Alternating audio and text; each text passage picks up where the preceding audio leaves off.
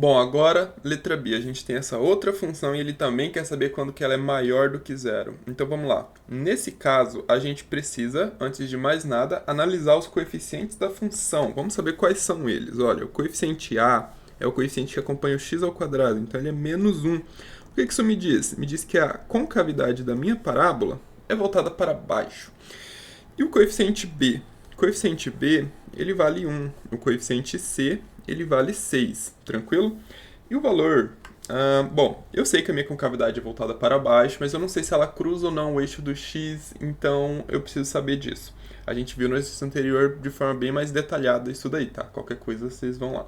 E aí a gente tem, na letra A, no caso da 294, eu explico nos detalhes. A gente tem que calcular o delta. E o delta é dado por b ao quadrado menos 4ac. Tranquilo? Então, qual é o meu valor de b? É 1. Então, 1 ao quadrado menos 4, que multiplica a, que multiplica c. Ok? Então, meu delta é 1 ao quadrado é 1, menos, com menos aqui, ó, eu tenho três fatores, certo? Eu tenho o fator 4, o fator menos 1 e o fator 6. No caso, falei errado, pessoal. Eu tenho o fator menos 4, eu tenho o fator menos 1 e tenho o fator 6. Tranquilo? O que acontece, e vocês viram que aconteceu isso comigo agora, a gente deixar esse sinal de menos aqui separado do 4. Entendeu? Mas ele tá com 4, ok? Ele é o sinal do 4. Tranquilo? Então, ele é o sinal do fator 4. Então, a gente tem menos com menos, que dá mais. 4 vezes 6, que dá 24. Ou seja, o meu delta aqui é 25. Opa! Então, 25 maior do que zero significa que eu tenho duas raízes reais. Se eu tenho duas raízes reais, essas minhas raízes vão ser dadas por x1 e x2, tá? Esse 1 e esse 2 são apenas índice das raízes, só para mostrar que elas são diferentes.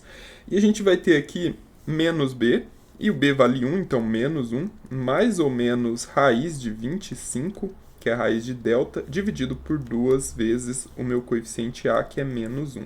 Ok? Esse meu x1 e x2, então, ele é igual a menos 1, mais ou menos raiz de 5, que é 5, dividido por menos 2. Ou seja, disso a gente consegue concluir que o meu x1 ele é menos 1 mais 5 dividido por menos 2. E menos 1 mais 5, a gente tem 4 dividido por menos 2, que é igual a menos 2. Ou o meu x1, x2, no caso, ele é igual a menos 1, menos 5, dividido por menos 2. E nesse caso a gente tem menos 6 dividido por menos 2, que vai dar um número positivo, ó, menos 6 dividido por menos 2. Aí a gente tem menos com menos dá mais, 6 dividido por 2 dá 3. Então essas são as minhas raízes. X igual a menos 2, x igual a 3. A partir disso, o que a gente faz? A gente traça o nosso gráfico lindão aqui, eixo x e eixo y. A gente vai colocar a nossa funçãozinha.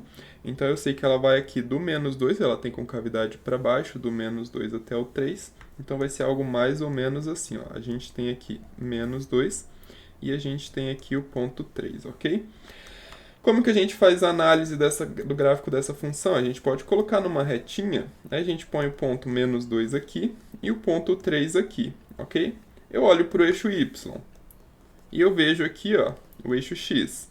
Para o valor 3 eu tenho 0, para o valor menos 2 eu também tenho 0 nessa minha função. Para os valores que estão entre menos 2 e 3 eu tenho o quê? Eu tenho valores positivos aqui no eixo y, não é mesmo? Então, eu vou colocar valores positivos aqui. Porque o que ele está perguntando é quando que essa função é maior do que 0.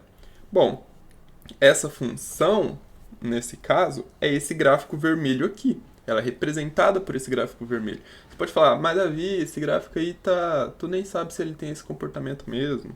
Qual que é o valor da função quando ele assume no ponto 1 aqui?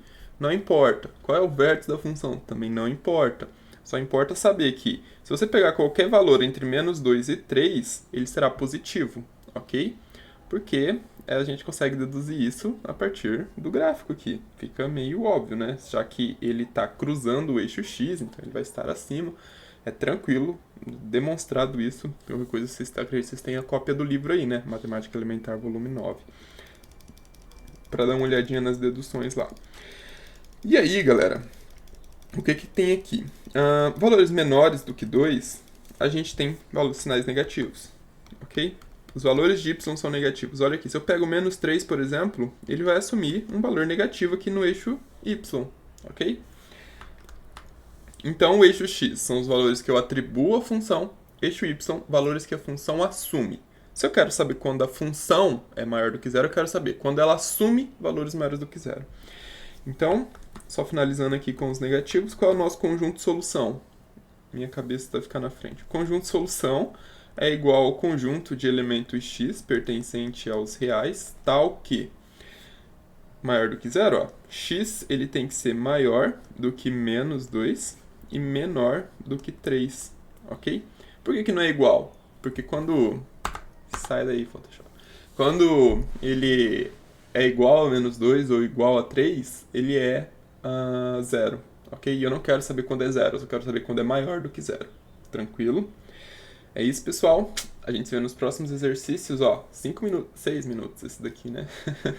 Os próximos vão ser mais rápidos, então se atentem aí, galera.